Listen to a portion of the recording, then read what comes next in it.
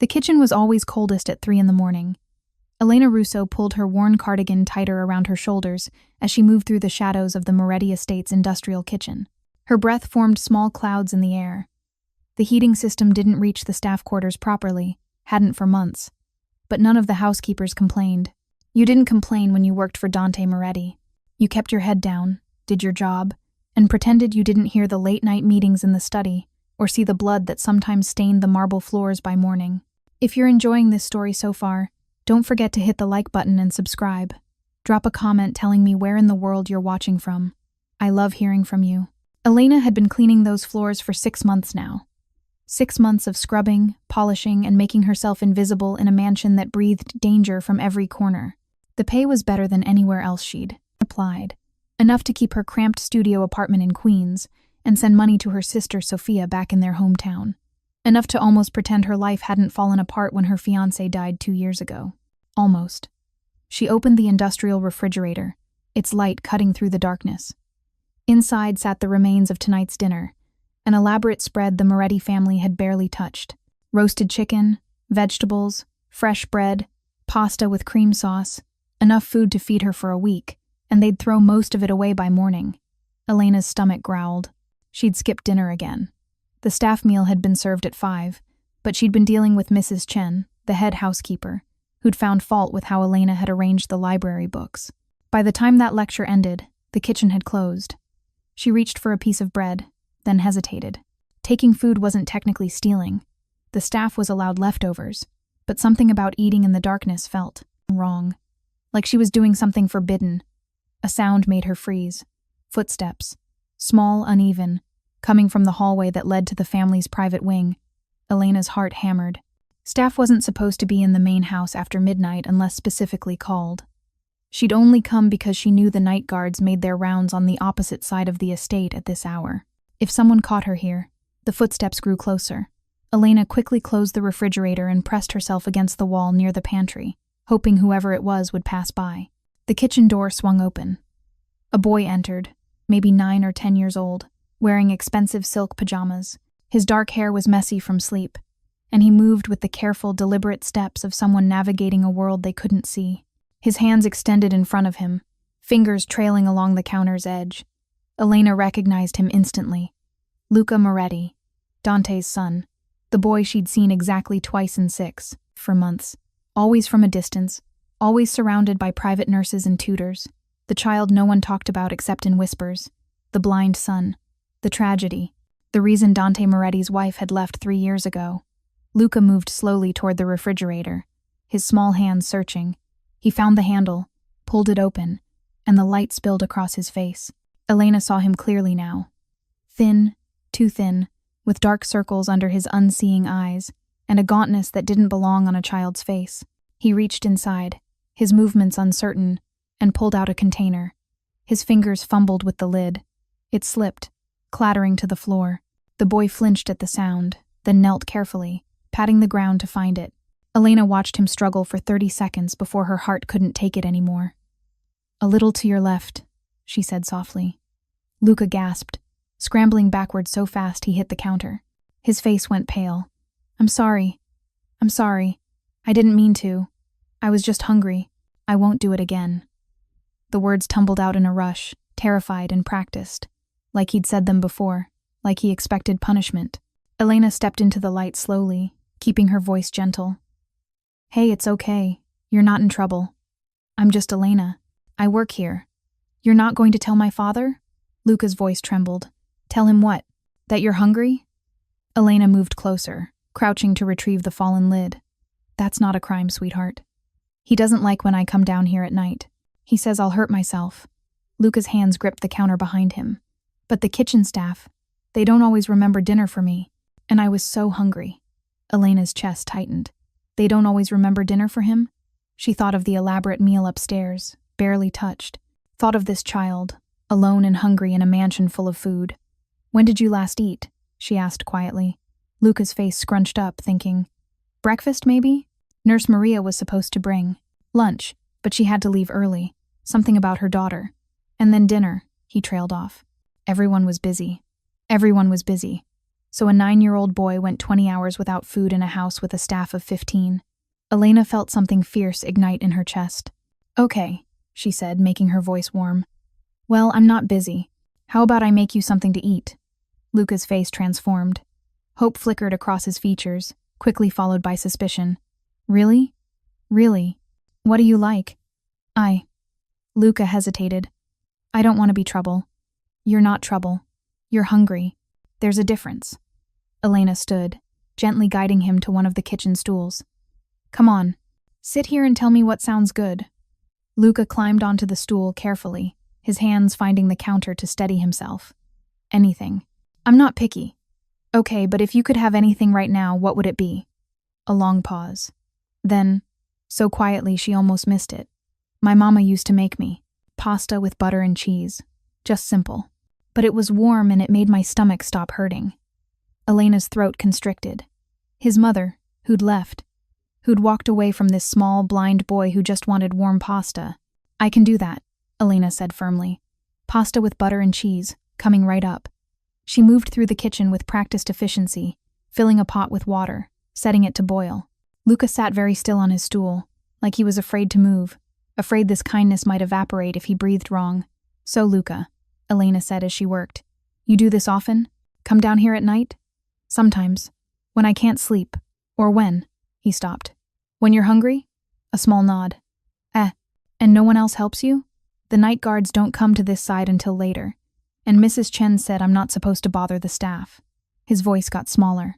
"She said I'm a distraction." Elena's hands tightened on the wooden spoon. Mrs. Chen, the same woman who'd lectured her for an hour about book arrangements while this child went hungry. "Well, Mrs. Chen isn't here right now," Elena said. "And I think you're pretty good company, not a distraction at all." Luca's face tilted toward her voice. "Really? Really? You want to know a secret?" "What?" "I was down here stealing bread when you walked in, so technically, we're both rule breakers tonight." A tiny smile appeared on Luca's face. Small, but real. The pasta finished cooking. Elena drained it, tossed it with butter and freshly grated parmesan, the good kind from the family's personal stock. She scooped a generous portion into a bowl and set it in front of Luca. "Okay, it's right in front of you. Steam is coming off it, so be careful. It's hot." Luca's hands found the bowl, then the fork beside it. He took a small, cautious bite, then another. Then he was eating like he hadn't seen food in days, which he probably hadn't, not really. Elena watched him, her heart breaking and mending simultaneously. She pulled out another bowl and served herself. If she was going to break rules, she might as well commit. They ate in comfortable silence for a few minutes before Luca spoke again. "You're different than the other staff." "How so?" "You talk to me like I'm normal, not broken." Elena set down her fork. "Luca, you are normal. You just can't see. That doesn't make you broken. My mama thought I was broken. That's why she left." His voice was matter of fact, but Elena heard the pain underneath. "Your mama was wrong, and I'm sorry she made you feel that way." Luca was quiet for a moment. "Do you really work here?" "I don't remember hearing your voice before. I'm one of the housekeepers. I mostly work when your father is in meetings or out. I clean the library, the study, the guest rooms. My room? Sometimes. You have really good taste in books." Elena smiled. "I noticed you have the entire Harry Potter series in audiobook. I love those stories." Luca's face lit up. "You've read them?" "Listened to them, actually. I do audiobooks while I clean." "Which house would you be in?" "Hufflepuff, definitely. Loyal and hardworking." Elena finished her pasta. "You?" "Ravenclaw. I like learning things." Luca paused. "No one else here has read Harry Potter. Or if they have, they don't talk about it with me." "Well, now you have someone to talk about it with." They discussed the books for another 20 minutes. Luca became animated, his hands gesturing as he explained his theories about Snape's true allegiances and why Dumbledore made certain choices. This was a smart kid. If you find this story engaging, please take a moment to subscribe and enable notifications. It helps us continue producing in-depth content like this. A lonely, neglected, brilliant kid who just needed someone to see him. Finally, Luca yawned. "I should probably go back to bed." "Probably. But Luca?" Elena waited. If you're hungry again, you come find me, okay? I'm here most nights, cleaning. And even if I'm not in the kitchen, you can always leave me a note, and I'll make sure you get fed. You'd do that? Of course. Why? Luca's face was genuinely confused. You don't know me. I know you're a kid who likes Harry Potter and pasta with butter. That's enough for me. Elena helped him down from the stool. Come on, I'll walk you back to your room. You don't have to. I want to. They walked through the darkened mansion together. Elena described the paintings on the walls, the grandfather clock in the hallway, the way moonlight streamed through the tall windows. Luca listened, his small hand resting lightly on her arm for guidance. At his bedroom door, Luca turned toward her. Elena? Yeah? Thank you. For the pasta. For talking to me. For not making me feel weird. Anytime, sweetheart. He disappeared into his room, and Elena stood in the hallway for a long moment. Something had shifted tonight. She'd crossed an invisible line from staff to something else, something more dangerous. But watching that boy smile, hearing him laugh about books, seeing him eat like he finally felt safe enough to be hungry, it was worth it. Elena returned to the kitchen and cleaned every trace of their midnight meal. By the time she finished, dawn was breaking over the estate. She had 30 minutes before her official shift started. She didn't know that 3 floors above, in his private office, Dante Moretti sat reviewing security footage. Didn't know that cameras covered every inch of the estate, including the kitchen. Didn't know that he'd watched the entire interaction, his expression unreadable. Didn't know that for the first time in 3 years, Dante Moretti had just witnessed someone treat his son like a human being instead of a problem. Elena just went about her morning routine, preparing for another day of invisible labor in a dangerous man's house. She had no idea that her life had just changed forever. Dante Moretti didn't sleep much. 3, maybe 4 hours a night if he was lucky. The rest of the time, he worked, built his empire, protected his territory, made the decisions that kept his family powerful and his enemies buried. Tonight, like most nights, he sat in his office at 4 a.m. reviewing the day's business. Shipment manifests, financial reports, security updates. Everything had to be perfect. One mistake, one moment of weakness, and vultures would descend. He'd learned that lesson the hard way. His phone buzzed. A text from Marco, his head of security. Check kitchen cameras. Timestamp 0315. Dante frowned. The kitchen? He pulled up the security feed on his tablet, scrolling back to the designated time. The screen showed his industrial kitchen, dark except for the refrigerator light. A woman stood in the shadows. Small, maybe 5'3", with dark hair pulled into a messy bun.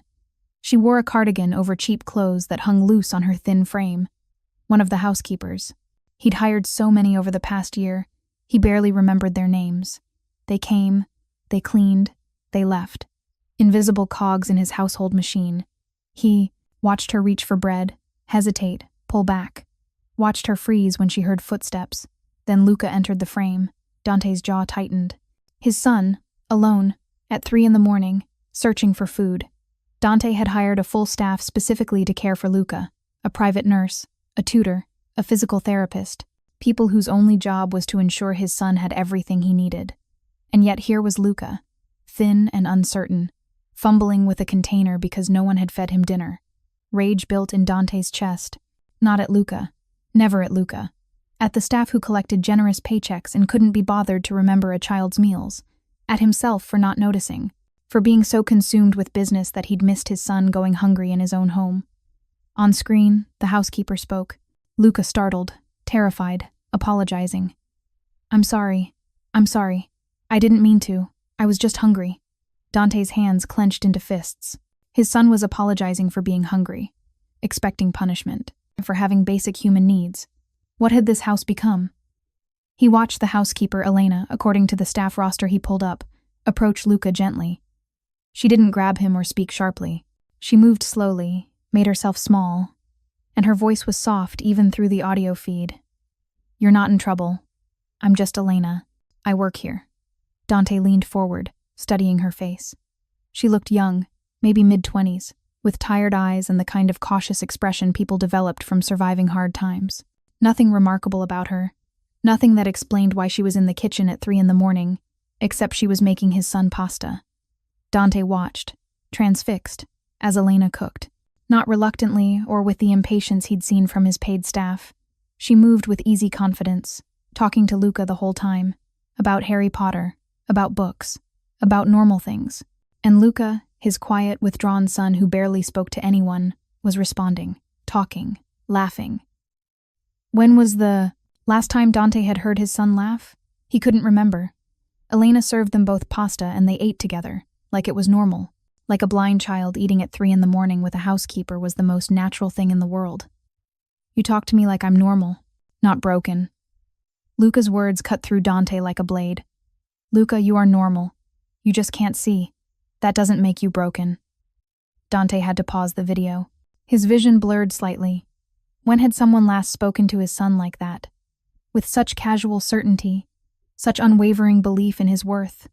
Not the nurses who treated Luca like a medical condition, not the tutors who spoke slowly and loudly as if blindness affected hearing. Not Dante himself, who'd become so afraid of saying the wrong thing that he barely said anything at all. Just this housekeeper. This woman who had no reason to care, who made barely above minimum wage, who'd taken time from whatever brought her to the kitchen to feed his son and make him feel human. Dante resumed the video, watched them discuss books with genuine enthusiasm, watched Elena describe paintings as they walked through the halls, watched her deliver Luca safely to his room. Thank you, for the pasta, for talking to me, for not making me feel weird. Anytime, sweetheart. The video ended with Elena returning to the kitchen and cleaning meticulously, erasing all evidence of their encounter. Dante sat in the darkness of his office, the tablet screen now black. His chest felt tight, like something was pressing against his ribs. 3 years ago, his wife Isabella had left, packed her bags while he was in Chicago on business and disappeared with nothing but a note. I can't do this anymore. I can't watch our son struggle every day. I can't be the mother he needs. I'm sorry. No explanation. No goodbye to Luca. Just gone. Dante had hired the best specialists, thrown money at the problem, built Luca a perfect world within these walls where he'd be safe, from a world that would judge him, hurt him, fail to understand him. But somewhere in building that perfect prison, Dante had stopped seeing his son, had started seeing a problem to be managed, a vulnerability to be protected, a reminder of everything he'd lost, and Luca had become a ghost in his own home. Quiet, careful, apologizing for existing. Until tonight. Until a housekeeper with kind eyes and gentle hands had treated him like a child instead of a tragedy, Dante made a decision. He picked up his phone and called Marco. The housekeeper, Elena Russo. I want her full background by morning. Everything. Problem, boss? No, I just need to know who she is. You got it. Dante hung up and pulled up the frozen image of Elena and Luca eating pasta together. 2 people who should have been strangers, connected by simple kindness. He didn't know what to do with this information yet. Didn't know if Elena Russo was genuine or working an angle he couldn't see. In his world, kindness was usually currency. People were kind when they wanted something, but watching her face in that video, seeing the way she looked at Luca like he mattered, Dante wanted to believe kindness could exist without a price tag. He wanted to believe someone could care about his son without expecting payment. Because if that was true, if Elena Russo was what she appeared to be, then maybe Dante hadn't failed completely as a father. Maybe there was still hope for Luca to have a normal life, or at least moments of normalcy. Maybe there was hope for both of them. Dawn broke over the Moretti estate. Somewhere below, Elena was starting her official shift, cleaning rooms, making beds, staying invisible. She had no idea Dante had watched her, no idea her act of kindness had been witnessed, no idea that the most dangerous man in New York was now very, very interested in who she was. The collision had happened. Now came the consequences. Elena was polishing the banister on the main staircase when Mrs. Chen found her. Miss Russo, Mr. Moretti wants to see you in his office. Immediately. Elena's heart dropped into her stomach. She'd been here 6 months without ever speaking directly to Dante Moretti. Staff didn't speak to him. They moved around him like water around stone, present but invisible. Did he say why? Elena asked, trying to keep her voice steady. Mrs. Chen's expression was cold. Mr. Moretti doesn't explain himself to housekeepers. You go when you're summoned. Elena set down her polishing cloth with trembling hands. This was about last night. He knew she'd been in the kitchen, knew she'd interacted with his son. She was going to be fired. Or worse. She'd heard stories about people who crossed Dante Moretti. They disappeared. Their families received generous checks, blood money, but the person was just gone. Elena climbed the stairs to the 3rd floor, where Dante's office occupied the entire east wing. 2 guards stood outside, the heavy mahogany doors. They looked her up and down, assessing. Then one nodded and opened the door. "Miss Russo to see Mr. Moretti. Send her in." The voice was deep, controlled, and sent shivers down Elena's spine. She stepped into an office that looked like it belonged in a museum. Dark wood paneling, floor-to-ceiling bookshelves, a massive desk that probably cost more than her yearly salary. And behind that desk sat Dante Moretti. Elena had seen him from a distance, but up close he was even more intimidating. Tall, maybe 6'2", with dark hair graying slightly at the temples, sharp features that would have been handsome if they weren't so hard, and eyes that missed nothing. Those eyes locked onto her now, and Elena felt like prey being studied by a predator. "Miss Russo, please, sit." It wasn't a request. Elena sat in the chair across from his desk, her hands clasped tightly in her lap. "Don't shake. Don't show fear. Predators can smell fear. You're probably wondering why. I called you here," Dante said. "Yes, sir. How long have you worked for me?" 6 months, sir. And in those 6 months, have you been satisfied with your position?" Elena blinked. That wasn't the question she'd expected. "Yes, sir. Very satisfied." "No complaints? No issues with other staff members? No problems with your living situation?" "No, sir. Everything has been fine." Dante leaned back in his chair, studying her. The silence stretched uncomfortably. "I reviewed the security footage from last night," he said finally. "The kitchen. Around 3:15 in the morning." Elena's mouth went dry. "Here it comes.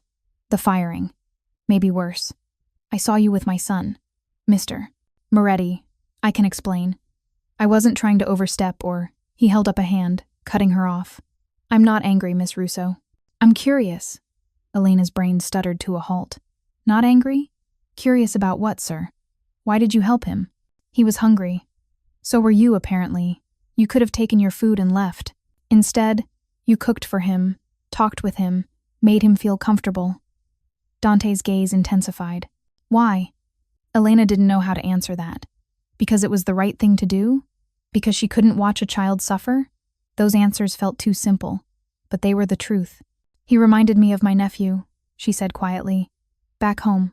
My sister's son. He has ADHD and some learning differences. Kids at school, they treated him like he was stupid, like he was a problem. But he's not. He's sweet and smart, and he just needs someone to be patient with him."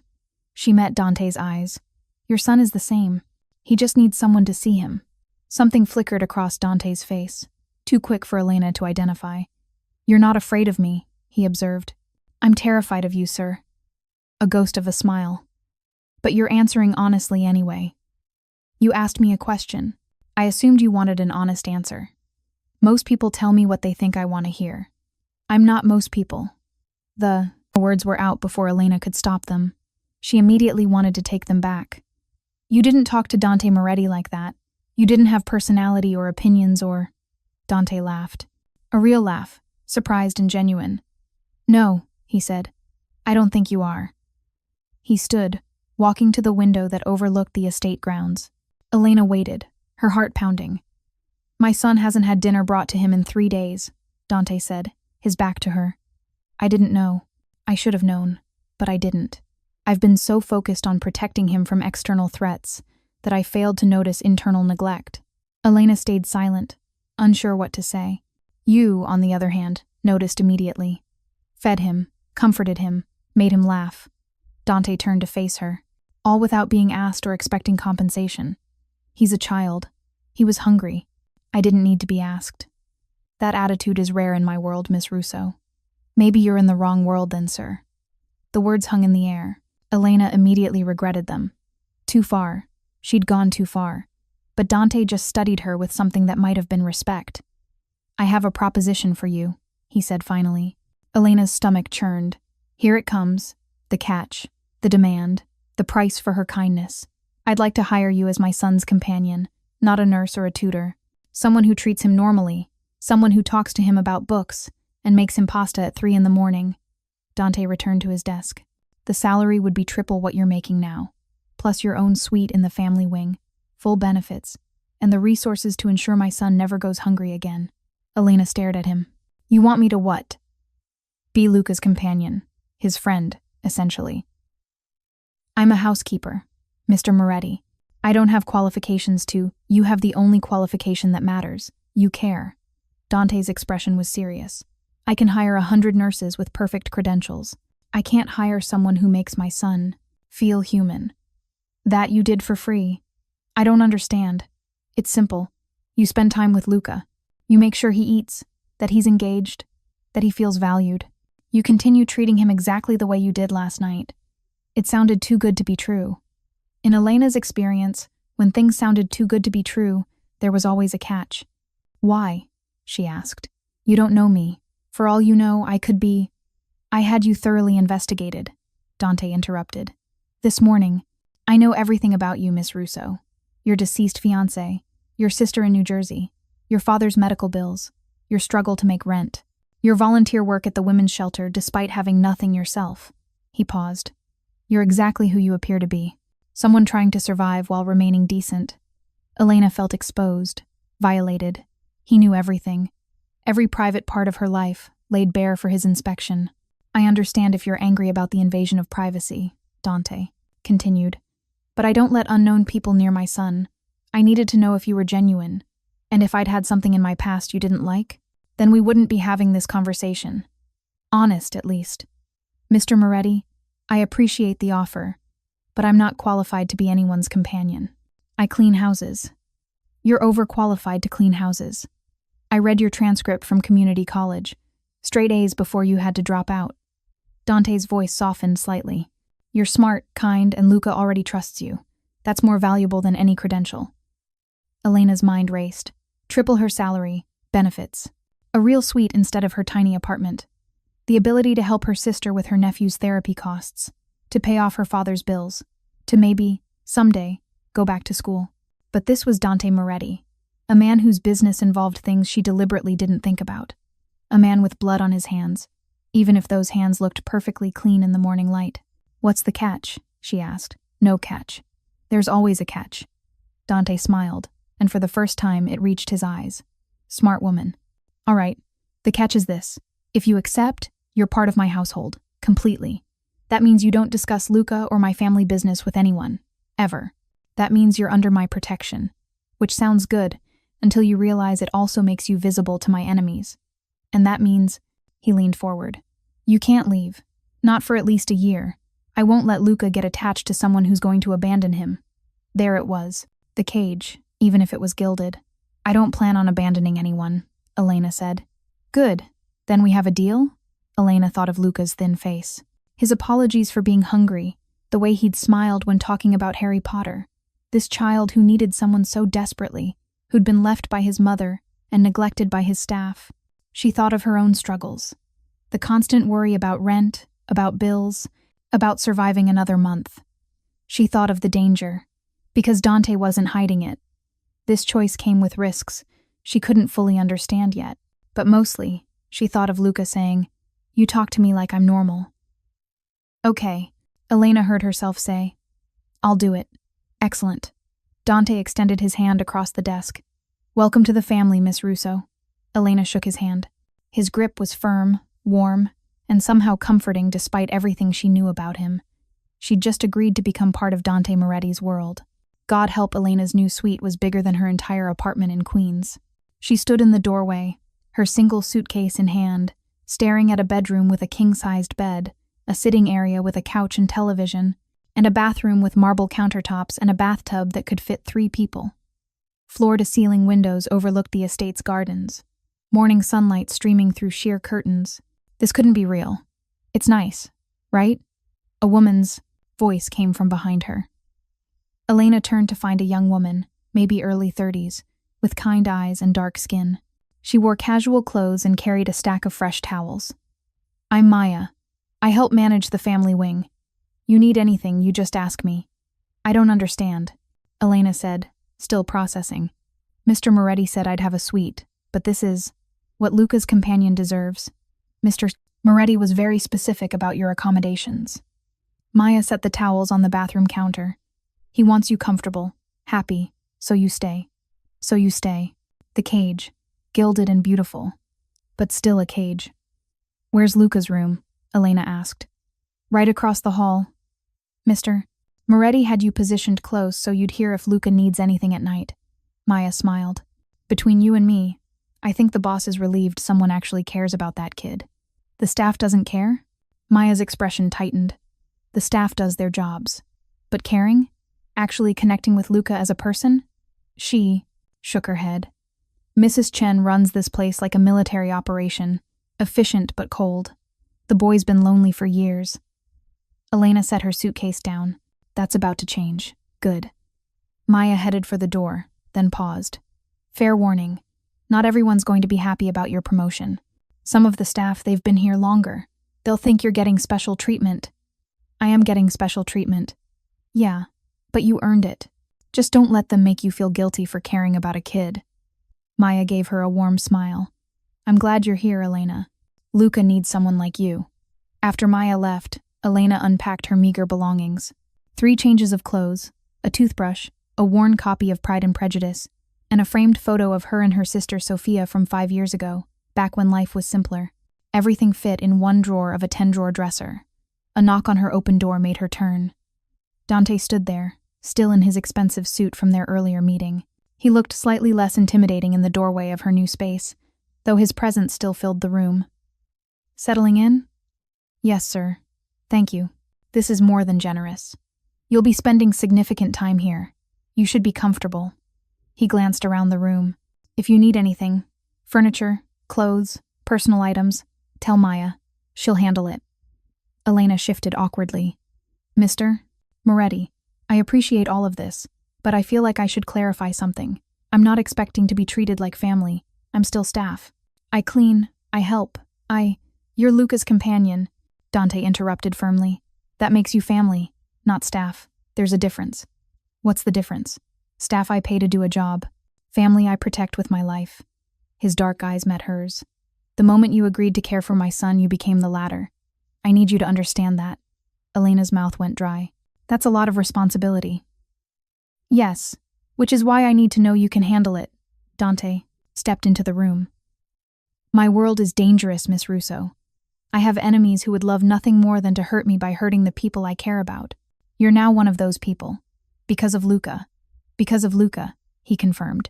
"There will be security protocols, guards who accompany you when you leave the estate, background checks on anyone you associate with, surveillance for your protection." Elena felt the walls of her cage closing in. "I'm a prisoner. You're protected. There's a difference." Dante's voice softened slightly. "I know this is overwhelming, but I promise, the security is for your safety, not to control you. You're free to come and go, have a life, see your family. You just won't be alone. What if I want to be alone? Then you'll be alone with a guard 50 feet away." He gave a slight smile. "I'm not a monster, Miss Russo. I'm a father trying to protect his son and the people who care for him." Elena wanted to argue, but looking at Dante's face, she saw genuine concern. This wasn't about control. It was about fear. Fear that something would happen to Luca, to her, to anyone in his shrinking circle of trust. "Okay," she said quietly. "I can work with that." Relief flickered across his features. "Good. Now, Luca's awake. He had breakfast an hour ago, but I thought you might want to see him. Let him know about the new arrangement." "Does he know?" "I told him I offered you a position. He's been asking for you every 10 minutes since." Dante's expression softened in a way Elena hadn't seen before. He was happy. Really happy. "I haven't seen him like that since before his mother left." Elena's chest tightened. "Then let's go see him." They walked across the hall together. Dante knocked gently on a door painted with stars and constellations. "Luca, I have someone here to see you." "Elena?" Luca's voice was eager, hopeful. "Yeah, buddy. It's me." The door flew open. Luca stood there in jeans and a t-shirt, his face lit up with joy. "Papa said you're staying. He said you're going to be my companion. Is that true?" "It's true." Luca launched himself forward, wrapping his thin arms around Elena's waist. She stumbled slightly, caught off guard by the intensity of his hug, then wrapped her arms around him. "I thought I dreamed last night." Luca mumbled into her cardigan. "The pasta, the talking. I thought it wasn't real." "It was real. All of it." Elena smoothed his messy hair. And it's going to keep being real. Every day. Luca pulled back, his unseeing eyes somehow finding her face. You're not going to leave like Mama? The question gutted her. This child, who'd already been abandoned, was terrified of it happening again. Elena knelt down to his level. I'm not going anywhere, Luca. I promise. Your dad and I made a deal. I'm here for at least a year. And honestly, I think you're stuck with me for longer than that. Good. Luca's smile was radiant. Can we have breakfast together tomorrow? And can you tell me more Harry Potter theories? And can we slow down? Elena laughed. Yes to all of that. But right now, your dad said you already ate. So how about we explore the gardens? You can show me around. Really, Papa never lets me go outside alone. You won't be alone. You'll be with me. Elena glanced at Dante, who nodded his approval. We'll stay on the grounds. Maybe feed the koi fish in the pond? There are koi fish? Luca's face lit up even more. Papa, you never told me there were fish. There's a lot about this estate you haven't explored, Dante said quietly. Maybe it's time you did. 20 minutes later, Elena and Luca walked through the gardens with 2 guards trailing at a discreet distance. Luca held Elena's arm, listening intently as she described everything. Okay, we're coming up on the rose garden. There are probably 50 bushes. Red roses, pink ones, yellow, white. They smell incredible. Can I touch them? Carefully. Some have thorns. Elena guided his hand to a soft petal. Luca's fingers explored gently, his face concentrating. It's smooth. Softer than I expected. That's a red rose. Deep crimson. The kind you see in fancy restaurants. They spent an hour exploring. The koi pond where Luca laughed as fish brushed against his fingers. The herb garden where Elena let him smell rosemary, basil, and mint. The fountain with water features Luca could hear but had never been allowed to touch. This place is amazing, Luca said as they sat on a bench near the fountain. I've lived here my whole life and I never knew half of this existed. Well, now you do, and we're going to explore every inch. Elena squeezed his hand. This is your home, Luca. You should know it. Mama used to say I couldn't go outside. She said I'd hurt myself. Fall into the pond or trip on the paths. Luca's voice got quiet. She said it was safer if I stayed in my room. Elena felt rage kindle in her chest. What kind of mother locked away her blind child instead of teaching? Tell him to navigate the world? Your mama was wrong, Elena said firmly. You're not fragile. You're capable.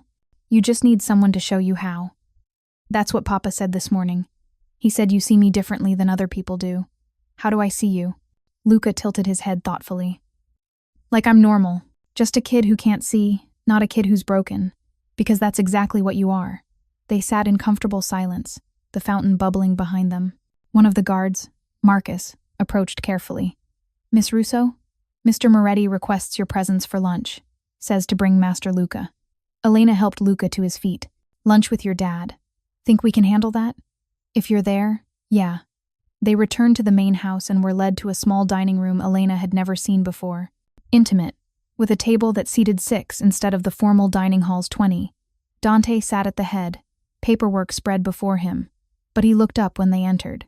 How was the garden? Amazing. Luca's enthusiasm was infectious. Papa, there are koi fish, big ones, and roses that smell like perfume, and a fountain that makes different sounds depending on where you stand.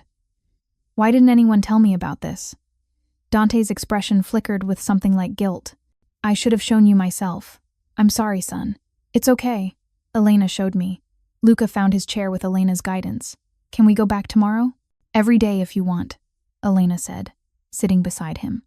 Lunch was served by staff who looked at Elena with varying degrees of surprise and resentment. She was sitting at the family table, eating with Dante and Luca like she belonged there. The whispers would start soon if they hadn't already. But watching Luca talk animatedly about the gardens, watching Dante actually smile at his son's joy, Elena decided she didn't care what the staff thought. This was right. This was where she was supposed to be. After lunch, Dante asked to speak with Elena privately. They stepped into his office while Luca went for his afternoon tutoring session. I want to discuss logistics, Dante said, closing the door. Your schedule, responsibilities, boundaries. Okay. First, Luca has tutoring every weekday from 1 to 4. Physical therapy Mondays, Wednesdays, and Fridays at 10. Doctor appointments as needed. During those times, you're free to do as you please. Read, explore the estate, go into the city if you want. And when he's not in sessions, you spend time with him. Meals, activities, whatever you both enjoy. I want him engaged, happy, living instead of just existing. Dante leaned against his desk. But I also want boundaries. You're not his mother. You're not a replacement for what Isabella should have been. I would never presume. I know. But Luca might. He's already attached to you. If you encourage him to call you mom or to see you as a parent figure, it'll destroy him when you eventually leave. The words stung, even though Dante's tone was gentle. When you eventually leave. Not if. When. I have no intention of leaving, Elena said quietly. Everyone intends to stay until they don't. Dante's eyes held old pain. Just maintain appropriate boundaries. You're his companion, his friend, not his mother. Understood. Second, security. You'll have a dedicated guard when you leave the estate. Usually Marcus. He's professional, discreet, and has a daughter Luca's age, so he understands children. Dante pulled out a smartphone. This is for you. It has direct lines to me, Marcus, Maya, and emergency services. Keep it on you always. Elena took the phone. It was nicer than anything she'd ever owned. If anything feels wrong, you call immediately. Don't second-guess your instincts. I'd rather respond to 100 false alarms than miss one real threat. You really think someone would come after me? I'm nobody. You're somebody to Luca. That makes you somebody to my enemies. Dante's voice hardened. I've built this empire on being 3 steps ahead of threats. I won't let anyone hurt my son, and by extension, I won't let anyone hurt you. Elena should have been terrified. She was being folded into a world of violence and danger. But looking at Dante's face, seeing the genuine protectiveness there, she felt oddly safe. Third, Dante continued, money. Your salary will be deposited into a new account in your name. Use it however you want. I've also cleared your father's medical debt and set up a trust for your nephew's therapy costs. Elena's head snapped up. You what? Your father had $23,000 in medical debt. Your sister was behind on her son's therapy payments. Both are handled. Mr. Moretti, I can't accept. You already have. It's done. Dante's tone left no room for argument. You're caring for my son. That's worth more than any amount of money. Consider it a signing bonus. Elena's eyes burned with sudden tears. $23,000. Gone. Just like that. The weight that had crushed her for 2 years lifted. Why? She whispered. Because you're worrying about your family's finances. You're not fully present for Luca. I need you present, focused, happy. Dante's expression softened.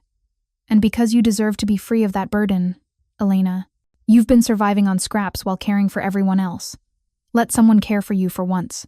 The tears spilled over. Elena wiped them quickly, embarrassed. I don't know what to say.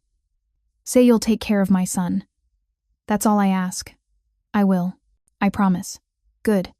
Dante moved toward the door, then paused. One more thing. Tonight, we have a family dinner. Just the 3 of us. 7 o'clock in the small dining room. I'd like you to join us. Are you sure? I don't want to intrude on family time. You are family now. Dante opened the door. 7 o'clock. Wear whatever you're comfortable in. After he left, Elena sank into one of the leather chairs, overwhelmed. Her debts were paid. She had a beautiful suite, a job that actually mattered. And tonight, she'd be having dinner with Dante Moretti like they were a normal family. Except they weren't normal. Dante was one of the most dangerous men in New York. His world was built on violence and fear, and she'd just stepped into the center of it. But for Luca, she'd navigate any danger.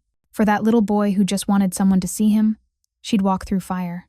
Dinner at 7 proved to be both easier and harder than Elena expected. She'd changed into the nicest thing she owned, a simple navy dress that Sophia had bought her for a job interview 2 years ago. It felt inadequate in the Moretti mansion, but it was all she had. When she arrived at the small dining room, Luca was already there, dressed in a button-down shirt and slacks. He turned toward her footsteps with a smile. Elena, you're here. I was worried you wouldn't come. Of course I came. I was promised dinner. She sat beside him. You look very handsome, by the way. Luca blushed. Papa made me dress up. He said we're celebrating. Celebrating what? You.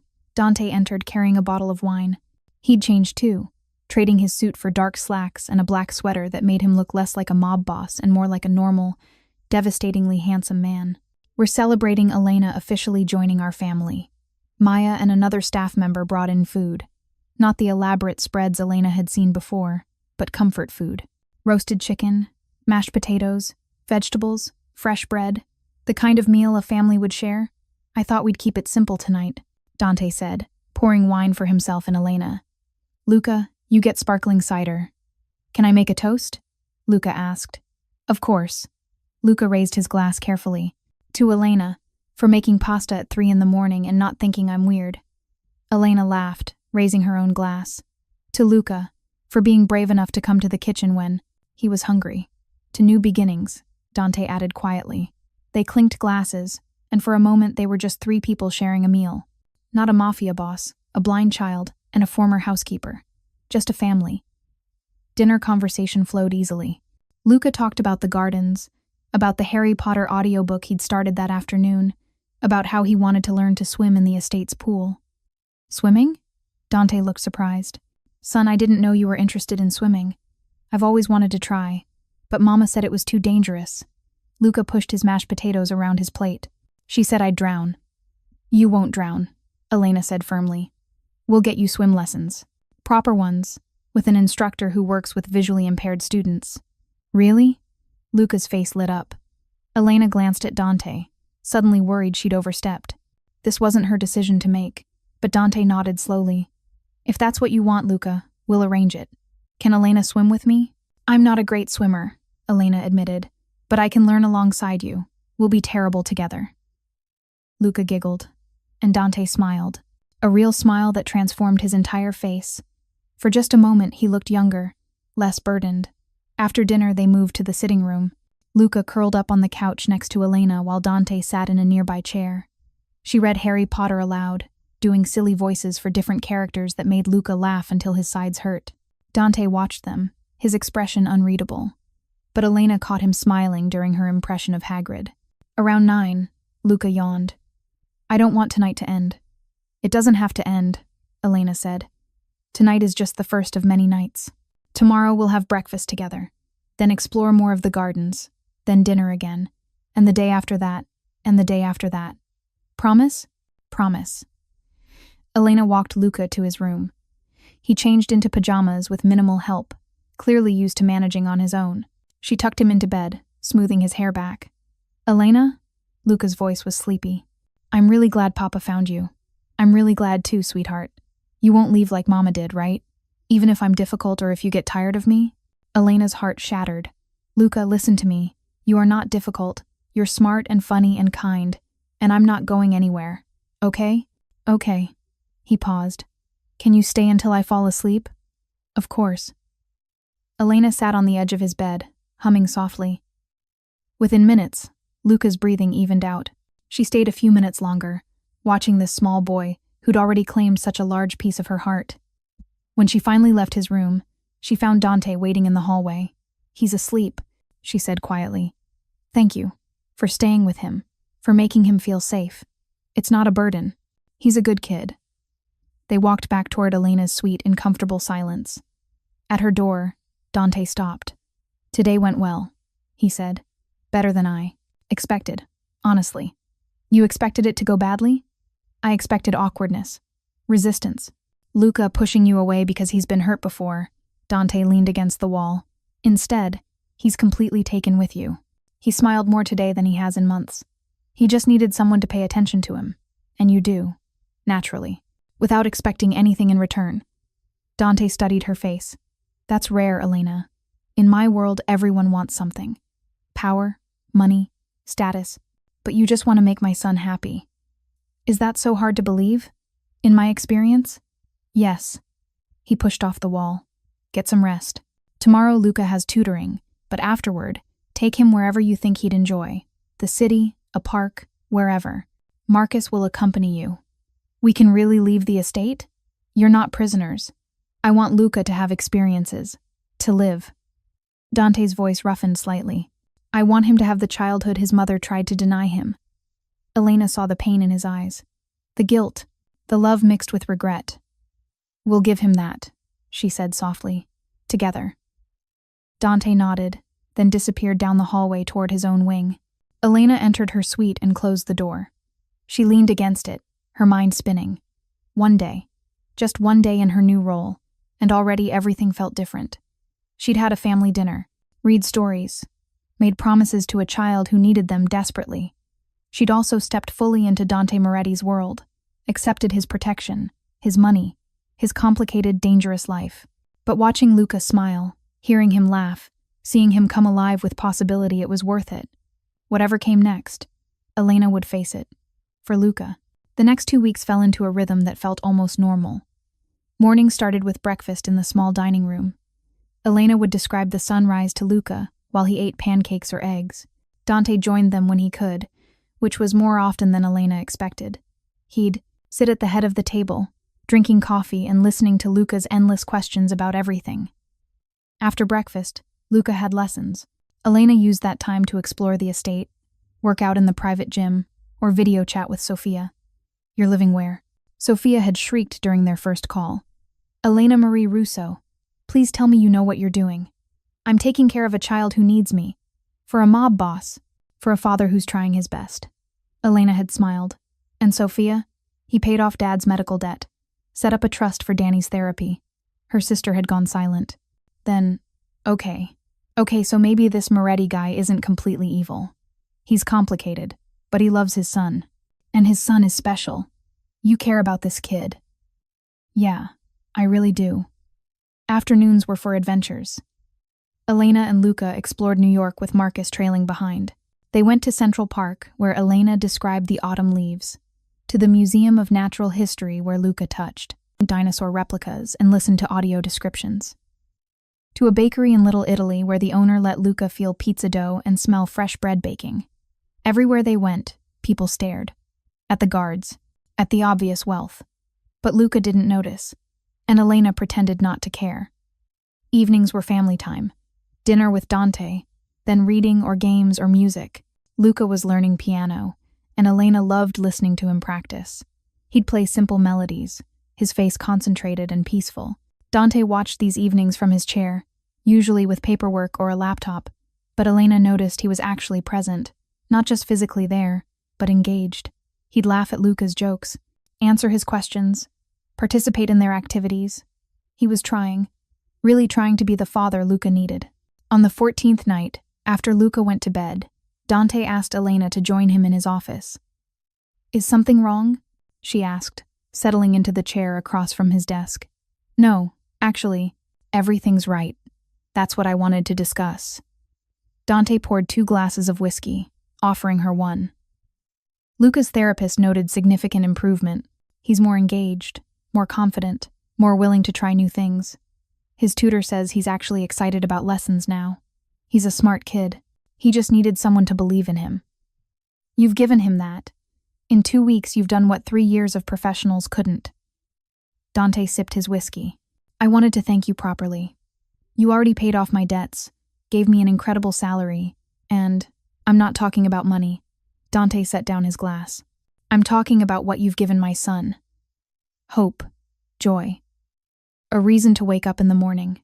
That's invaluable." Elena felt her cheeks warm. "I care about him. It's not work.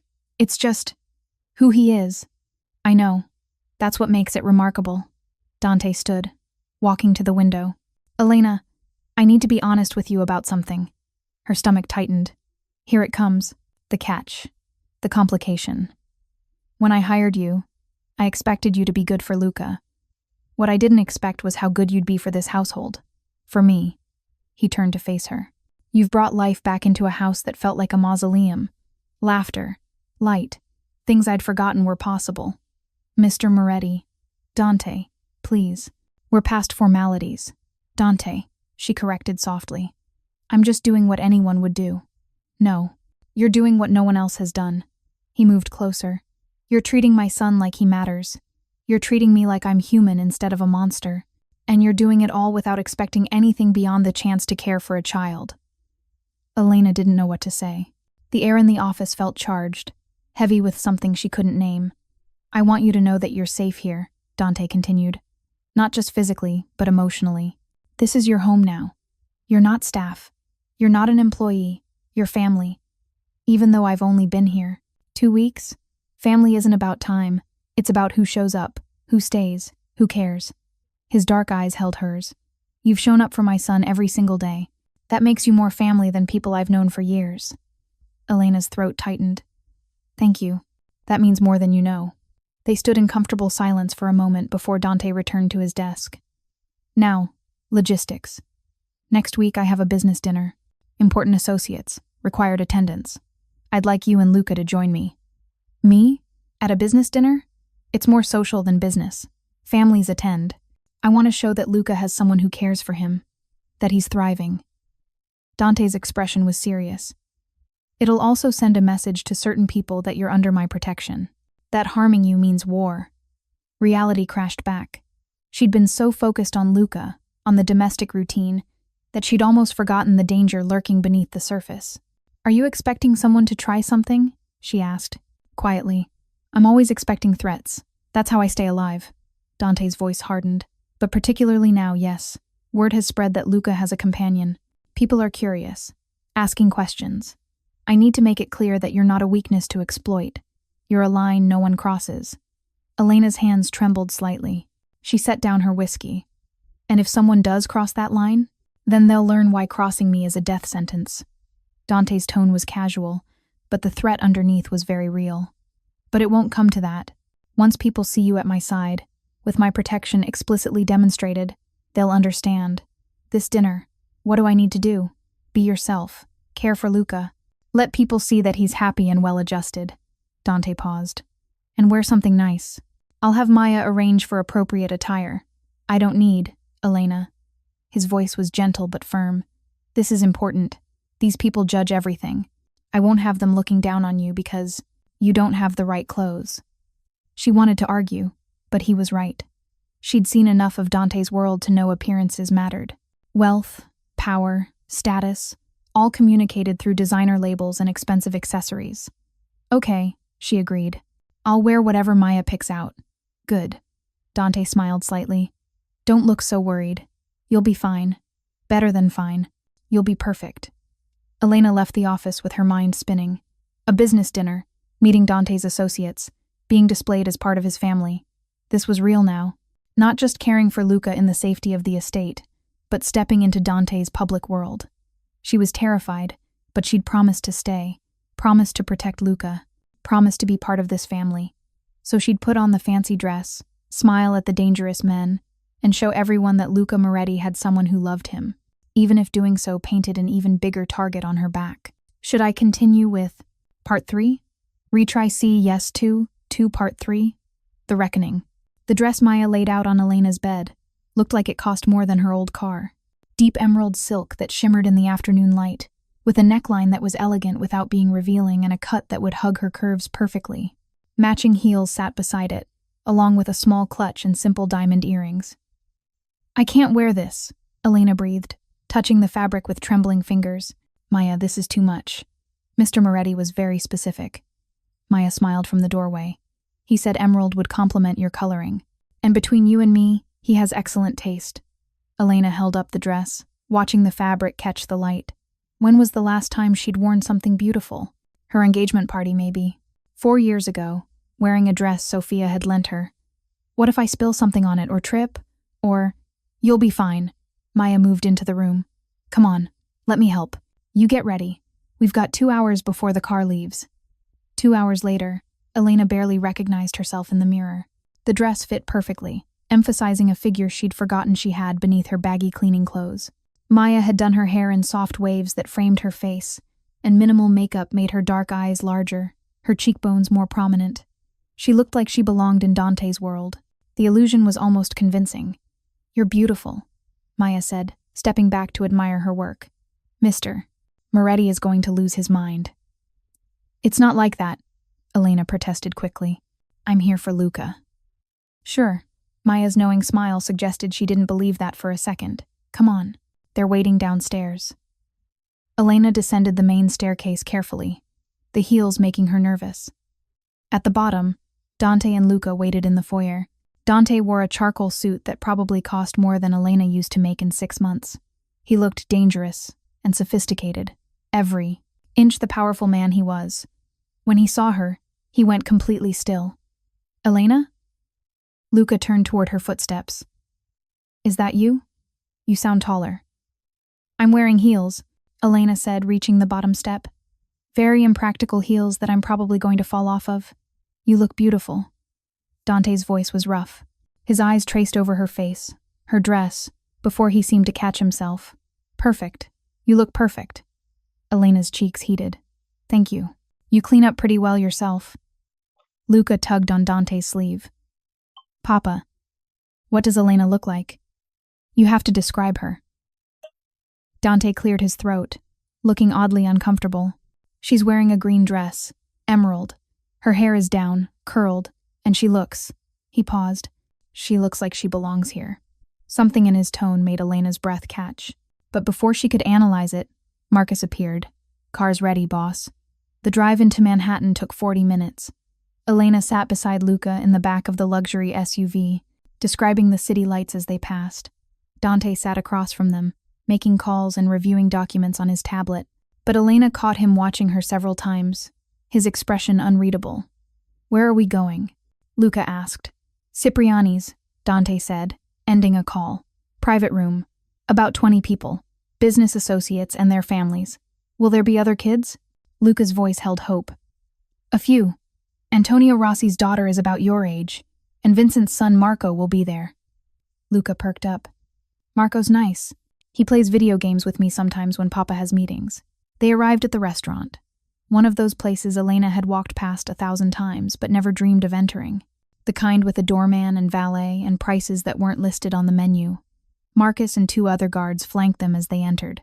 Inside, they were immediately greeted by a maitre d', who knew Dante by name. Mr. Moretti, your party is waiting in the Venetian room. Right this way. Elena's heart pounded as they walked through the restaurant. Other diners watched, whispering.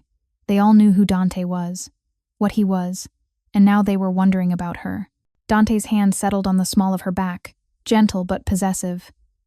Breathe, he murmured. You're doing fine. The Venetian room was spectacular. A private dining space with Renaissance-style frescoes, crystal chandeliers, and a table set for 20. About 15 people had already arrived, all dressed in expensive clothes that screamed wealth and power. Conversation stopped when Dante entered. Dante! A large man with silver hair approached, arms outstretched. Finally, we were beginning to think you'd forgotten us. Never, Antonio. Dante shook his hand, then gestured to Elena and Luca. You remember my son Luca, and this is Elena Russo, Luca's companion. Antonio's shrewd eyes assessed Elena in a way that made her skin crawl. Companion. How? Modern. How essential. Dante corrected, his voice carrying an edge. Elena has been instrumental in Luca's development. We're very fortunate to have her. The message was clear. Respect her or deal with me. Antonio's smile widened, but it didn't reach his eyes. Of course. Welcome, Miss Russo. Any friend of the Moretti family is welcome here. More introductions followed. Vincent Calabrese, Dante's consigliere, who Elena had met briefly at the estate. His wife Maria and son Marco, who immediately gravitated toward Luca. Antonio's daughter Sofia, a quiet 15-year-old who watched everything with careful eyes. And others. Men with hard faces and expensive suits. Women dripping in diamonds and judgment. All of them evaluating Elena, wondering who she was and what she meant to Dante Moretti.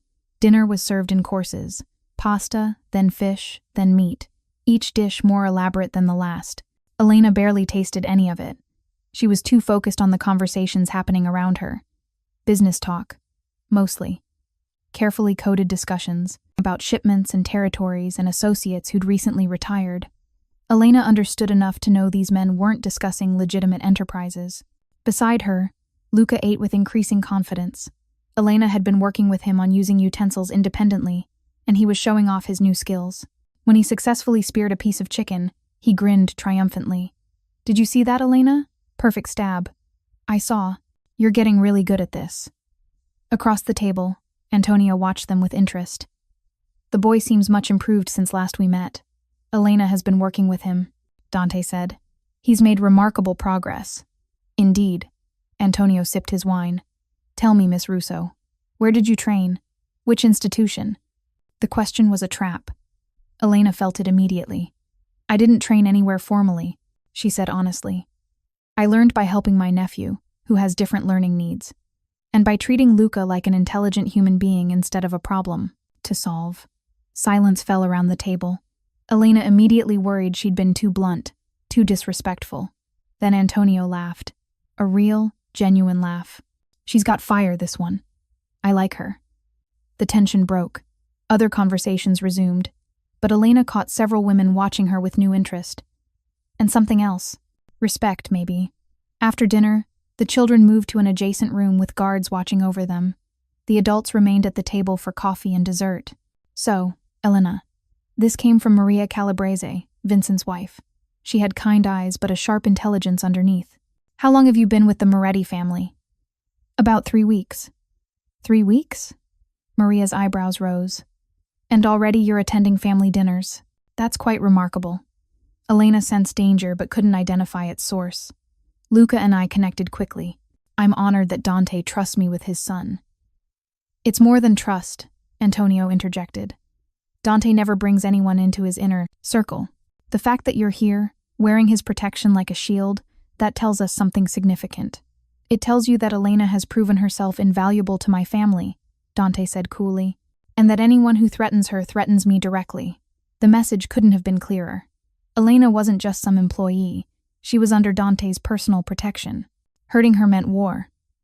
Of course, Antonio said smoothly. No one here would dream of threatening such a lovely addition to your family. But his eyes said he was filing this information away for later use. The evening continued with more coded business talk. Elena tried to stay engaged, but her mind wandered to Luca in the next room. Was he okay? Was he having fun with the other children? As if sensing her thoughts, Dante leaned close. He's fine. Marco and Sofia are good kids. They'll take care of him. I know. I just worry. That's what makes you good at this. Dante's breath was warm against her ear. You actually care. Elena turned her head and found him closer than she'd realized. Close enough to see gold flecks in his dark eyes. Close enough to smell his cologne, something expensive and woodsy. For a moment, the dangerous room full of criminals faded away. There was just Dante, looking at her with an intensity that made her pulse race. Then Antonio cleared his throat loudly. Dante, perhaps we should discuss the Riverside situation? The moment broke. Dante straightened, his expression shifting back to business. Later. Tonight is about family, not work. But the damage was done. Elena had felt something shift between them. Something dangerous and complicated that had nothing to do with Luca. Around 10 o'clock, Luca returned to the main room, his face flushed with excitement.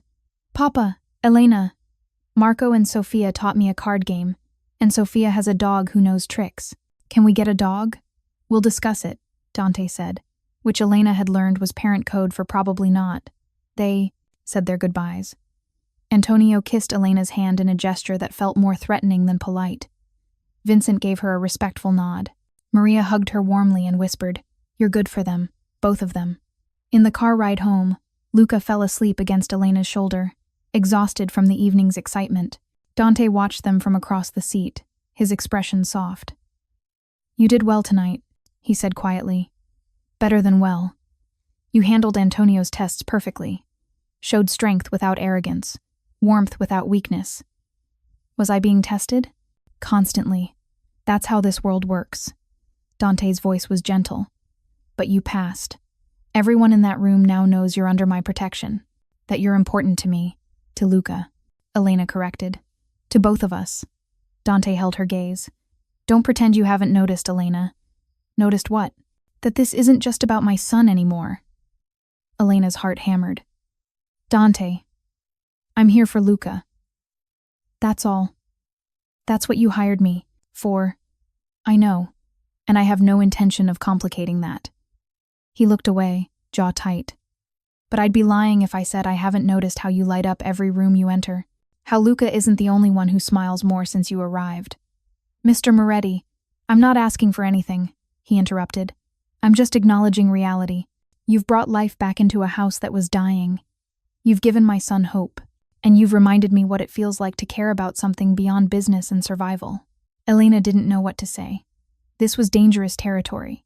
Dante Moretti wasn't just her employer. He was a powerful, dangerous man. Getting emotionally involved with him would be a disaster. But looking at his face in the dim car light, seeing vulnerability beneath his usual control, Elena felt something stir in her chest, something she absolutely could not afford to feel. "I care about both of you," she admitted quietly. "More than I probably should." "Then we're in agreement." Dante's smile was sad. "We'll keep things professional. For Luca's sake." "For Luca's sake," Elena echoed.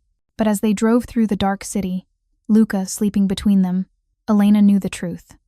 It was already too late for professional boundaries. She'd fallen for both Morettis, the boy who needed her love, and the man who'd forgotten how to accept it. And that was going to complicate everything. The next morning started like any other. Breakfast at 7, Luca talking excitedly about getting a dog, Dante distracted by emails on his tablet. Elena poured coffee and described the sunrise, pretending last night's conversation hadn't happened. Pretending her heart didn't skip when Dante's hand accidentally brushed hers, reaching for the cream. After breakfast, Luca had tutoring. Elena retreated to her suite and called Sophia. "How was the fancy dinner?" Her sister asked immediately. "Terrifying, complicated, beautiful." Elena sank onto her couch. "Sophia, I think I'm in trouble." "What kind of trouble?" "The kind where I'm developing feelings for my employer." Silence. Then, "Elena, please tell me you're not falling for a mob boss." "I'm not trying to, it just happened. He's not what I expected. He's intelligent and protective, and he loves his son so much. And when he looks at me, I feel seen in a way I haven't since Marco died." Marco, her fiancé, dead 3 years from a sudden heart condition. Elena had been so lost after his death, so focused on just surviving, that she'd forgotten what it felt like to be wanted. "Sweetie," Sophia's voice was gentle. "I know you've been lonely. But this man, he's dangerous. His world is violent. You could get hurt." "I know. Believe me, I know." Elena pressed her palm against her chest. "But Sophia, when I'm with them, with Luca and Dante, I feel like I matter, like I'm doing something important. And yes, there are feelings I shouldn't have, but I can control them. I can stay professional. Can you?" Elena didn't answer because she wasn't sure anymore. That afternoon, she took Luca to Central Park. It was a beautiful October day, leaves turning gold and red, the air crisp and perfect.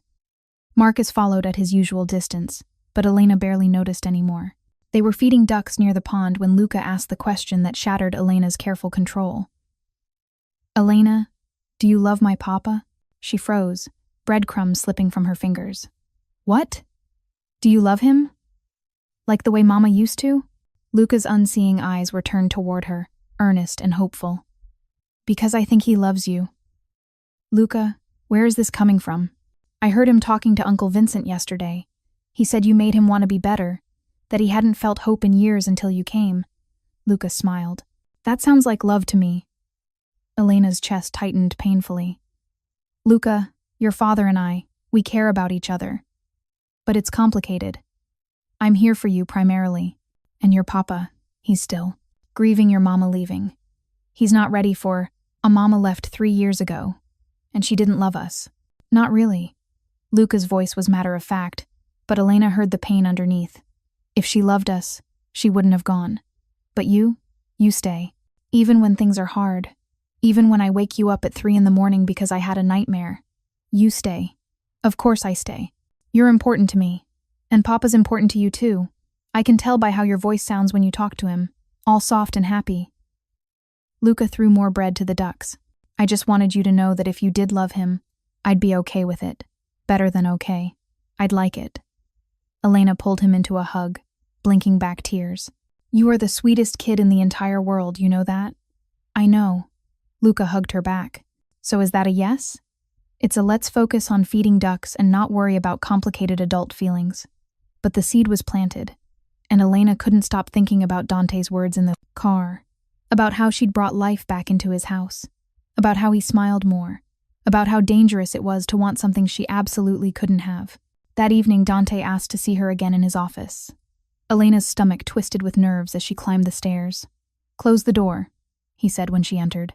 She did, then took her usual seat across from his desk. "Is something wrong?" "That depends." Dante set aside his paperwork. "How much do you know about my business, Elena?" The question surprised her. Only what I've overheard. I know it's not entirely legal. I know you have enemies. I know people fear you. Do you fear me? Elena considered. Sometimes, when I remember what you're capable of, but mostly, no. You've never given me a reason to fear you personally. That might have been a mistake. Dante stood, pouring 2 glasses of whiskey. He handed her one. I've been protecting you from certain realities, letting you exist in a bubble where you care for Luca, and I don't think too hard about what I do for a living. I appreciate the bubble. The bubble is about to pop. Dante's expression was grim. I received intelligence this afternoon. Someone's been asking questions about you, about your relationship to me and Luca, about whether you're a weakness they can exploit. Elena's blood ran cold. Who?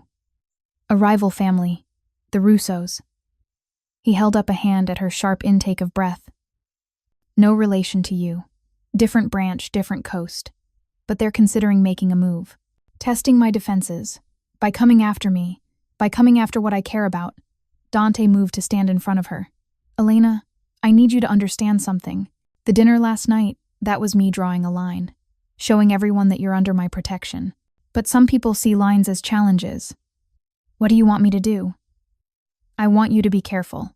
Stay on the estate unless Marcus or I am with you. No solo trips. No meeting anyone I haven't cleared. And Elena, his voice dropped. I need you to trust me. Completely. If I tell you to do something, even if it doesn't make sense, even if you don't want to, you do it. Without question. You're scaring me. Good. You should be scared. Dante crouched in front of her chair, bringing them eye level. Because these people, if they decide you're worth taking, they won't hesitate. They'll grab you off the street, use you to force my hand, and if I don't give them what they want, they'll kill you. Elena's hands trembled. The whiskey sloshed in her glass. Maybe I should leave. Go back to my old life. If I'm putting you and Luca at risk, you're not leaving. Dante's voice was steel. First, it's too late. They already know about you. Leaving won't make you safer. Second, Luca needs you. And third, he paused. I need you, Dante. I'm not asking you to be anything beyond what you already are. I'm not putting pressure on you or expecting something you can't give. His eyes held hers. But I need you safe. I need you here. Because if something happened to you, if I lost you because I failed to protect you, I don't think I'd recover. Elena set down her glass with shaking hands. This is insane. 3 weeks ago, I was cleaning your floors. Now you're telling me Mafia families want to kidnap me. I know, and I'm sorry. I brought this into your life. Dante's hand covered hers. But Elena, I will protect you. With everything I have. With my life, if necessary. Your family now. That means something in my world. Elena looked at their joined hands. Dante's was larger, rougher, with scars she'd noticed but never asked about. Hands that had done terrible things. But right now, holding hers gently, those hands felt like safety. What happens next? She asked quietly. Next, we increase security. More guards. Surveillance. We limit your exposure and make it clear that touching you means war. Dante squeezed her hand. And we hope that's enough to discourage them. And if it's not, then I'll do what I do best. His voice was cold, lethal. I'll eliminate the threat. Elena should have been horrified, should have run screaming from this world of violence and death. But looking at Dante's face, seeing his determination to keep her safe, she felt something else entirely. She felt protected, valued, important. And yes, she felt something deeper, something dangerous and complicated and absolutely inappropriate. She was falling in love with Dante Moretti. God help her. She was in love with a man who killed people for a living, a man whose world could swallow her whole, a man who just told her she might die because of their connection, and she wasn't running away. Okay, Elena said. I'll trust you. I'll follow your rules. I'll stay safe. Relief flooded Dante's face. Thank you. But Dante, I need you to promise me something. Anything. If this gets too dangerous, if keeping me here puts Luca at risk, you'll tell me. You won't let me stay out of some misguided sense of protection or guilt. Luca comes first. Always. Luca comes first, Dante agreed. But Elena, you're part of protecting Luca now. He needs you. Losing you would destroy him almost as much as losing me would. They sat in heavy silence, the weight of reality settling over them. The bubble had officially popped. Elena was no longer just Luca's companion living safely in the estate. She was a target, a weakness, a vulnerability in Dante Moretti's carefully constructed armor.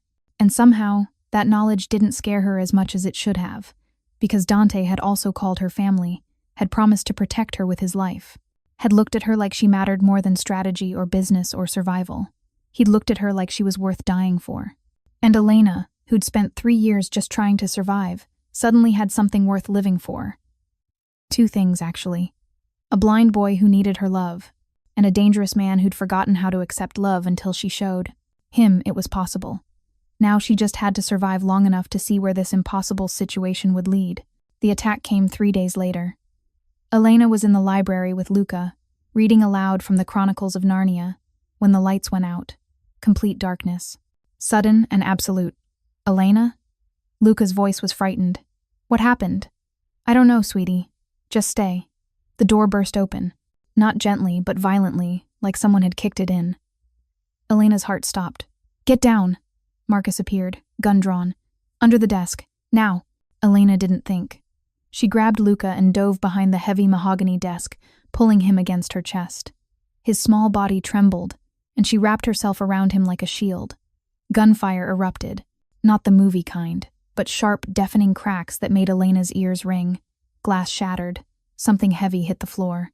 "Stay down!" Marcus yelled. "Don't move!" More gunfire. Shouting. The sounds of a fight. Luca was crying silently, his face buried in Elena's shoulder. She held him tighter, whispering meaningless reassurances. "It's okay. We're okay. I've got you." The fight seemed to last forever, but was probably only minutes. Finally, silence fell. Heavy, terrifying silence. "Marcus?" Elena called out, her voice shaking. "Clear. Stay down until more gunfire." This time from outside the library, then running footsteps. Dante's voice, sharp and commanding. "Where are they?" "Library, boss. 2 hostiles down. Miss Russo and Luca are secure." The door opened again. Elena flinched, pulling Luca closer. But it was Dante. He crossed the room in 3 strides and dropped to his knees beside the desk. "Are you hurt?" His hands moved over Elena's arms, her face, checking for injuries. "Either of you? We're okay. Scared, but okay." Dante pulled them both into his arms, his grip almost painful. Elena felt him shaking. This man, this dangerous, controlled man, was actually shaking. "They got through," he said roughly. "They got past my security. They got to you." "But they didn't get us," Elena said. Marcus stopped them.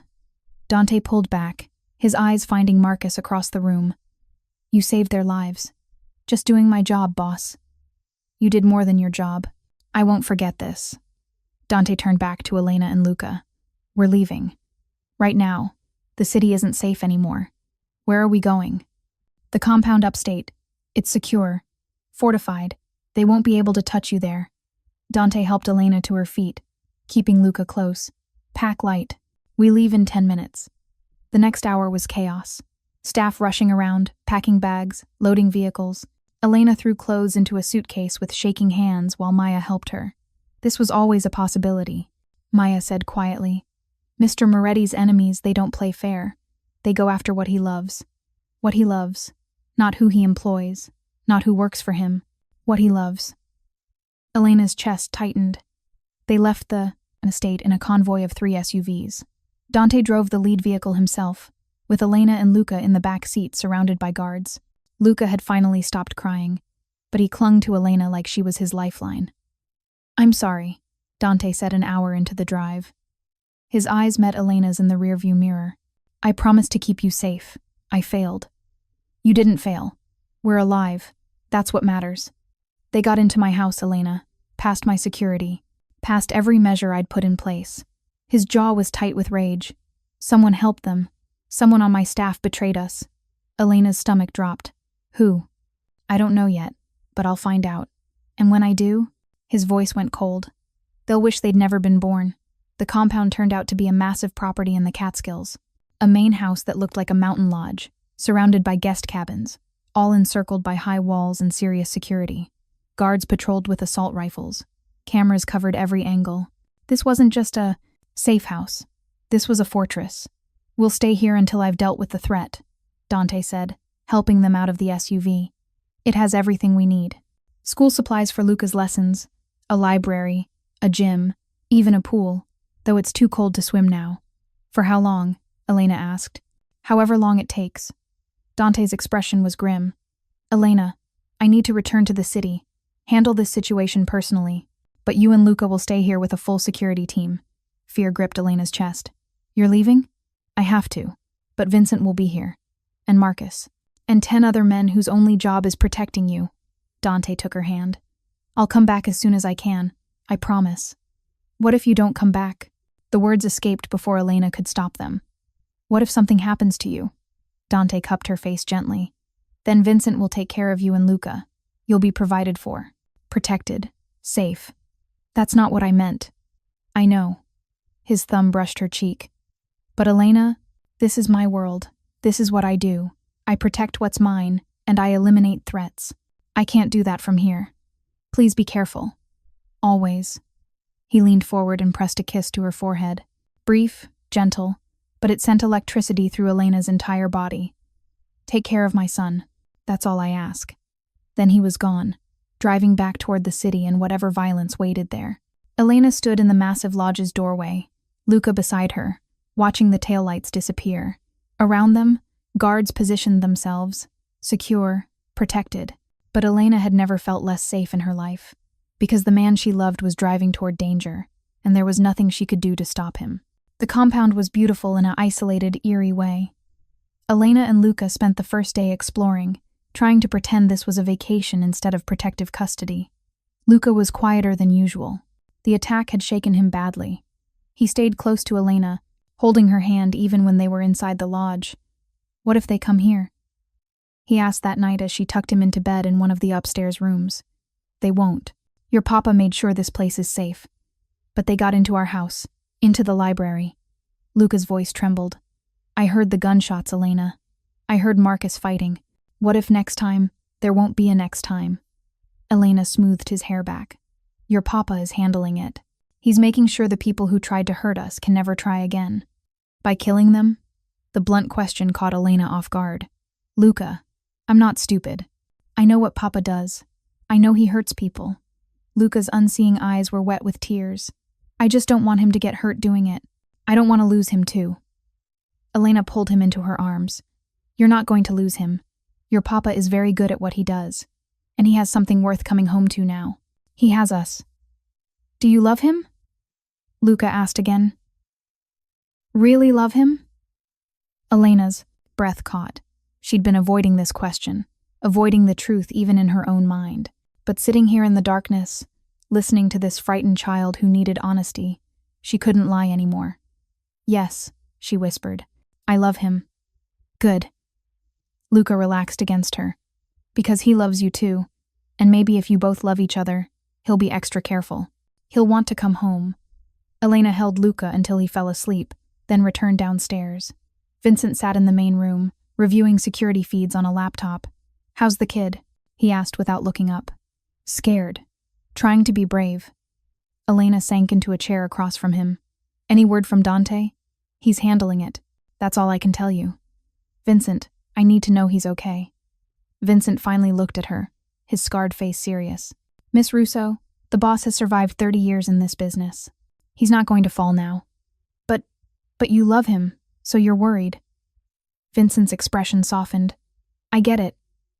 And for what it's worth, I've never seen Dante care about someone the way he cares about you.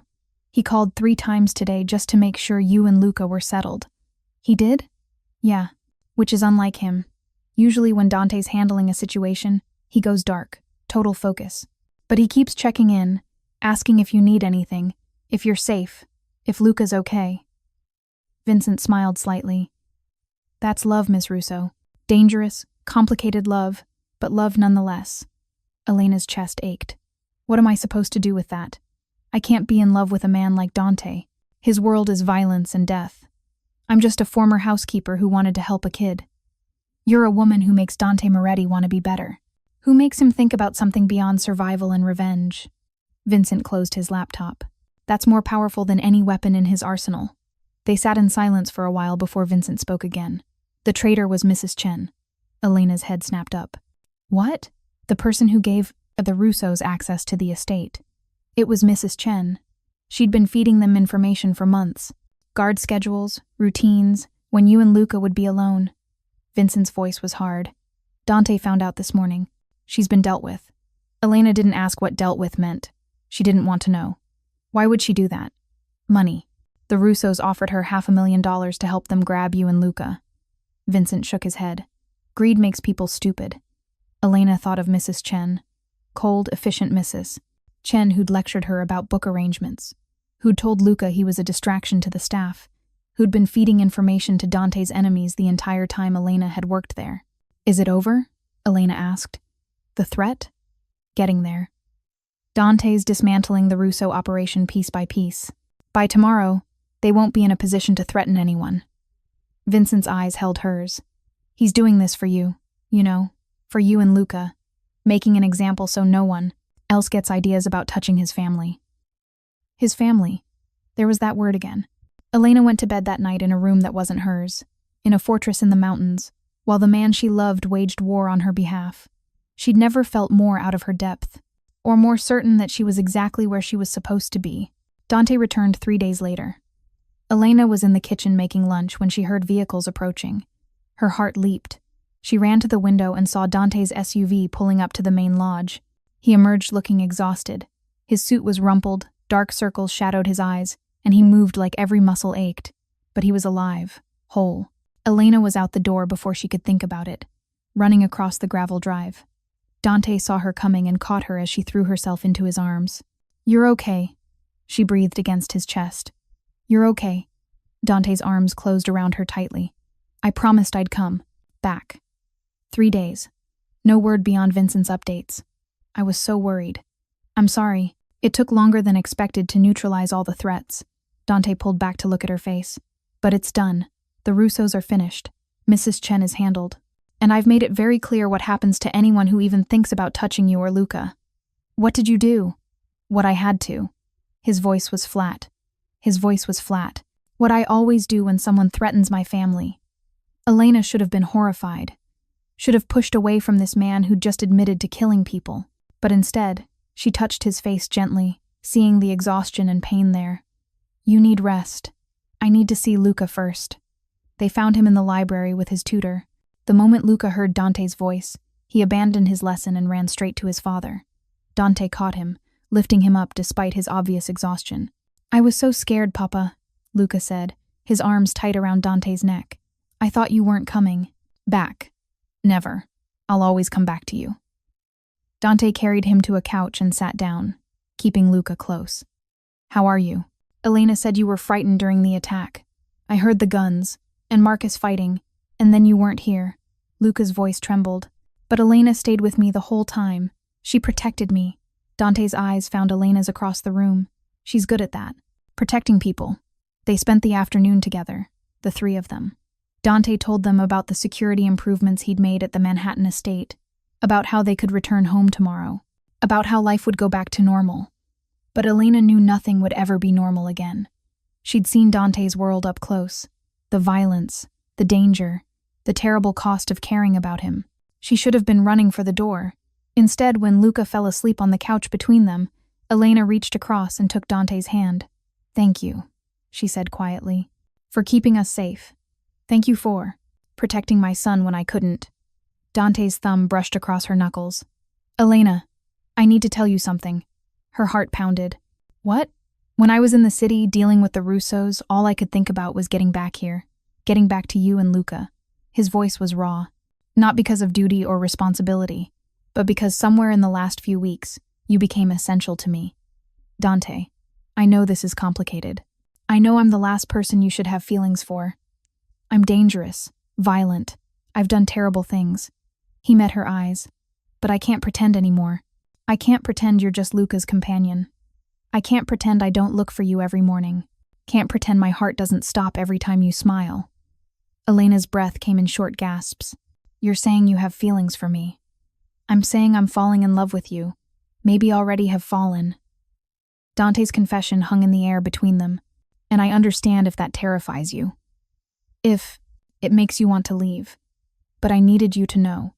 Needed you to understand that when I say I'll protect you, it's not just duty, it's love."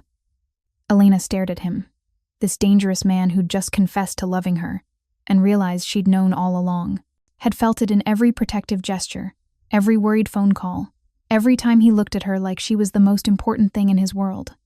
"I love you too," she whispered. "God help me, I love you too." Dante exhaled like he'd been holding his breath for days. "Elena, but I'm terrified. Your world is violent. People tried to kill us because of our connection to you. How do we make this work? How do I love you and Luca without constantly fearing I'll lose one or both of you?" "You don't. The fear doesn't go away." Dante's honesty was brutal, but neither does the love. And maybe that's enough. Maybe loving each other, protecting each other, choosing each other despite the danger. Maybe that's what makes it worth it. Elena looked at Luca sleeping peacefully between them. At this child she'd come to love as her own. At his father, dangerous and devoted in equal measure. This wasn't the life she'd planned. It wasn't safe or simple or anything close to normal, but it was hers, and she was choosing it. "Okay," Elena said. "Okay, we'll figure it out, together." Dante smiled, real and warm, and full of hope. He leaned across Luca's sleeping form and kissed her. Gentle, careful, perfect. When he pulled back, Elena was crying. Happy tears this time. "Welcome to the family," Dante whispered. "For real this time." "I was always part of the family," Elena said. "From the moment I made pasta for your son at 3 a.m. "Yeah," Dante agreed, looking at her like she was everything. "Yeah, you were." Outside, the sun set over the mountains. Inside, a new family began to take shape. Imperfect, dangerous, complicated, but theirs, and that made it perfect. They returned to Manhattan the next day. The estate felt different now. Safer but also more serious. New guards patrolled. New security systems hummed. Dante had transformed their home into a fortress, and Elena tried not to think about why that was necessary. But life found its rhythm again. Breakfasts together, Luca's lessons and therapy, afternoons exploring the city with Marcus and a full security team, evenings as a family, and nights when Dante would find Elena in the library or the garden, and they'd talk for hours about everything and nothing. He'd tell her about his childhood, about how he'd inherited his father's business at 22, about the choices that had turned him into the man he was. Elena told him about Marco, her dead fiancé, about the grief that had nearly destroyed her, about how finding Luca had given her purpose again. They were careful around Luca, keeping their relationship quiet. He was too young to understand the complexity, too fragile from his mother's abandonment to handle another big change. But 2 months after the attack, Luca proved he wasn't as oblivious as they thought. "Papa, when are you and Elena getting married?" he asked at breakfast one morning. Dante choked on his coffee. Elena's fork clattered to her plate. "What makes you think we're getting married?" Dante asked carefully.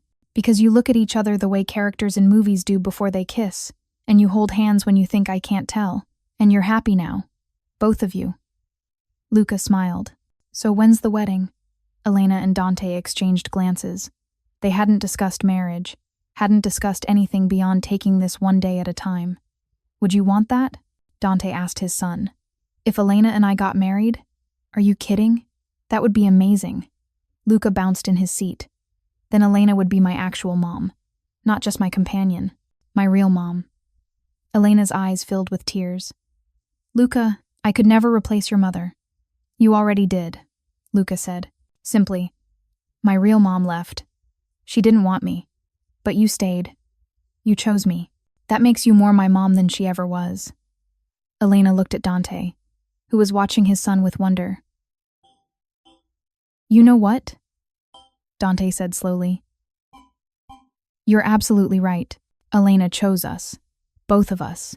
That makes her family in every way that matters." He turned to Elena. "What do you say?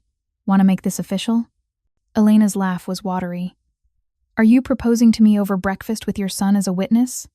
I'm a practical man." Dante smiled. "But if you want romance, I can arrange that." "I don't need romance, I just need you. Both of you." "Is that a yes?" Luca demanded. "That's a yes," Elena confirmed. Luca cheered. Dante kissed her, right there at the breakfast table, while his son laughed with pure joy. 6 months later, They married in a small ceremony at the estate, just family and close associates. Luca was the ring bearer, taking his job very seriously. Vincent gave Elena away, since her father had passed the year before. When Dante said his vows, promising to love and protect her until his last breath, Elena believed him. When she promised to stand by him, to be a mother to Luca, to accept all that came with being a Moretti, she meant every word. They were an unusual family, built on tragedy and danger and a chance encounter in a kitchen at 3 a.m. But they were a family nonetheless. And 5 years later, when Elena tucked Luca into bed the night before he left for college, he said something that made everything worth it. "Thank you, Mom, for choosing us, for staying, for loving us when no one else would." "Thank you for letting me," Elena whispered back. Downstairs, Dante waited for her. Her husband, her partner, her home. She'd started as a maid who fed a blind boy in the darkness. She'd become a wife, a mother, and the heart of a family that had forgotten how to beat, and she'd never regret a single moment of the journey. Thank you so much for watching until the end. If you loved this story, check out the other videos on your screen now. I think you'll really enjoy them. And don't forget to subscribe if you haven't already. See you in the next story.